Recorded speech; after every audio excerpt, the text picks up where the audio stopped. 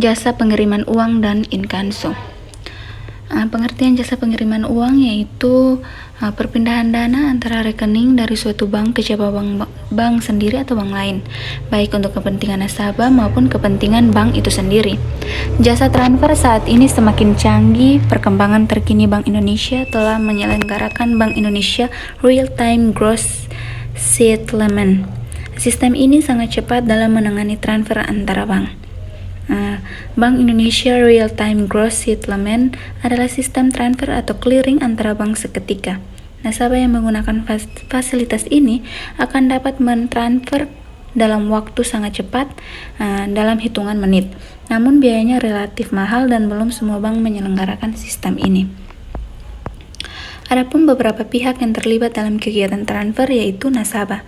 Nasabah itu adalah sebagai pihak pemilik dana atau pengirim atau penerima dana yang akan memindahkan dananya atau penerima sejumlah dana dari pihak pengirim melalui jasa pengiriman uang. Yang kedua yaitu bank penarik atau drawer bank.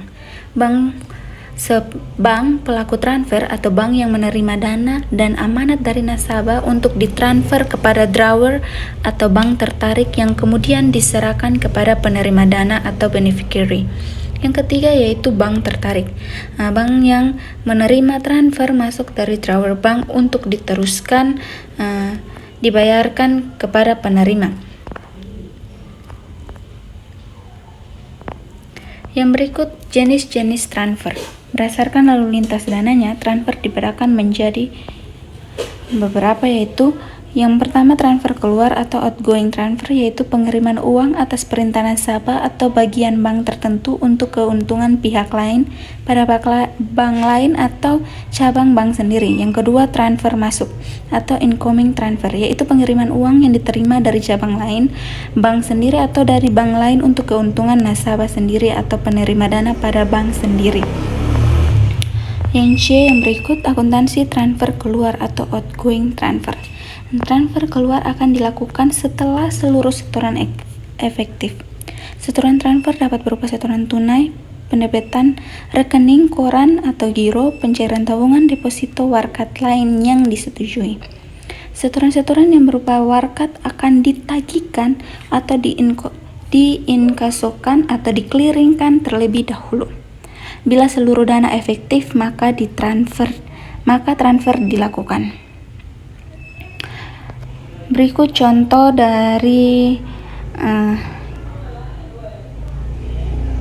berikut contohnya bisa dilihat di sini.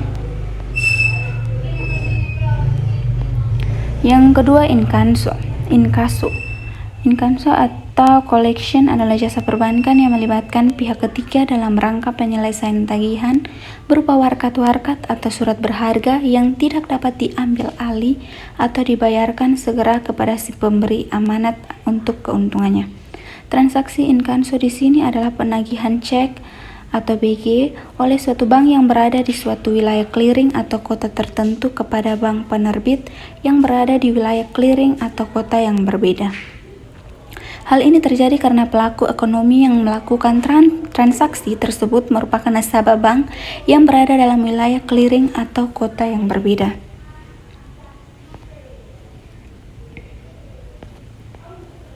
Dalam kaitan dengan inkanso dikenal dengan adanya bank pemrakarsa, yaitu bank yang menerima warkat dari pihak ketiga untuk ditagihkan dan hasilnya untuk keuntungan pihak ketiga tersebut. Yang kedua yaitu bank pelaksana, yaitu bank yang melaksanakan penagihan atau pembebanan kepada pihak ketiga atau nasabah bank pelaksana atas amanat dari cabang bank pemrakarsa dan hasilnya untuk keuntungan pihak ketiga nasabah bank pemrakarsa. Kegiatan inkaso menggunakan media berupa warkat-warkat yang diinkasokan, yaitu seperti cek, biliot, giro, telex, box biasanya atau fax mail. Penggunaan media ini menimbulkan biaya dan biaya ini akan dibebankan kepada pihak ketiga yang memberikan amanat inkanso. Di sisi lain, bank pemrakarsa akan memperoleh pendapatan berupa komisi inkanso. Adapun beberapa jenis inkanso yaitu inkanso dengan warkat tanpa lampiran, yaitu warkat inkanso yang digunakan untuk melakukan inkanso tanpa dilampiri dokumen apapun. Contohnya cekuit atau cekwi atau bilet giro. Yang kedua yaitu inkanso dengan warkat berlampiran, yaitu warkat inkansonya harus dilampiri dokumen-dokumen pendukung. Contohnya kwitansi, faktor, dan polis asuransi. Jenis inkanso dilihat dari lalu lintas dananya dapat dibedakan menjadi beberapa, yaitu inkanso keluar, yaitu inkanso atas instruksi nasabah untuk melakukan penagihan kepada pihak ketiga di cabang sendiri atau bank lain di luar kota. Inkanso ini dibayarkan atau dikreditkan ke rekening si pemberi amanat di bank pemrakarsa setelah inkanso berhasil. Yang berikut yaitu inkanso masuk, yaitu tagihan masuk atau beban rekening nasabah sendiri dan hasilnya dikirimkan kepada cabang pemrakarsa untuk keuntungan pihak ketiga.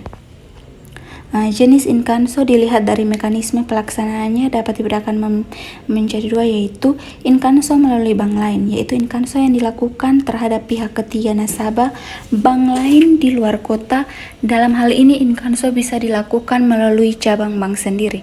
Bila tidak memiliki kantor cabang di wilayah clearing dan disetujui, maka bank biasanya menggunakan bank lain atau bank koresponden yang mempunyai kantor di wilayah clearing yang dituju.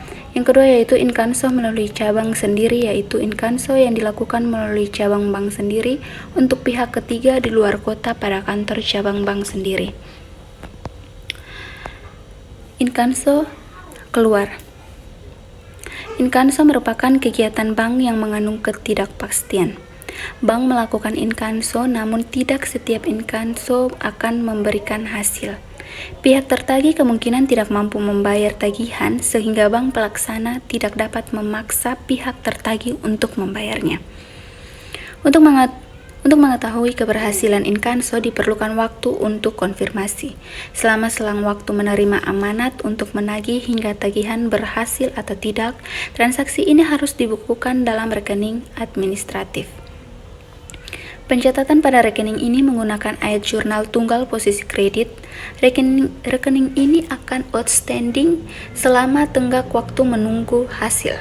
Bila inkanso berhasil, maka langsung dikreditkan atau dibayarkan ke rekening si pemberi amanat, dan secara otomatis rekening administratif untuk inkanso harus dinihilkan atau didebet karena transaksi inkanso telah real atau efektif dan dibukukan pada rekening real. Demikian presentasi saya. Terima kasih.